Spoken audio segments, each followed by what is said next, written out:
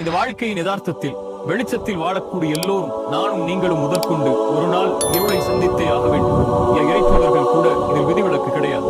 நபி யூனுஸ் சோதனைக்காக மீனுடைய வயிற்றுடைய இருளில் சூழப்பட்டார்.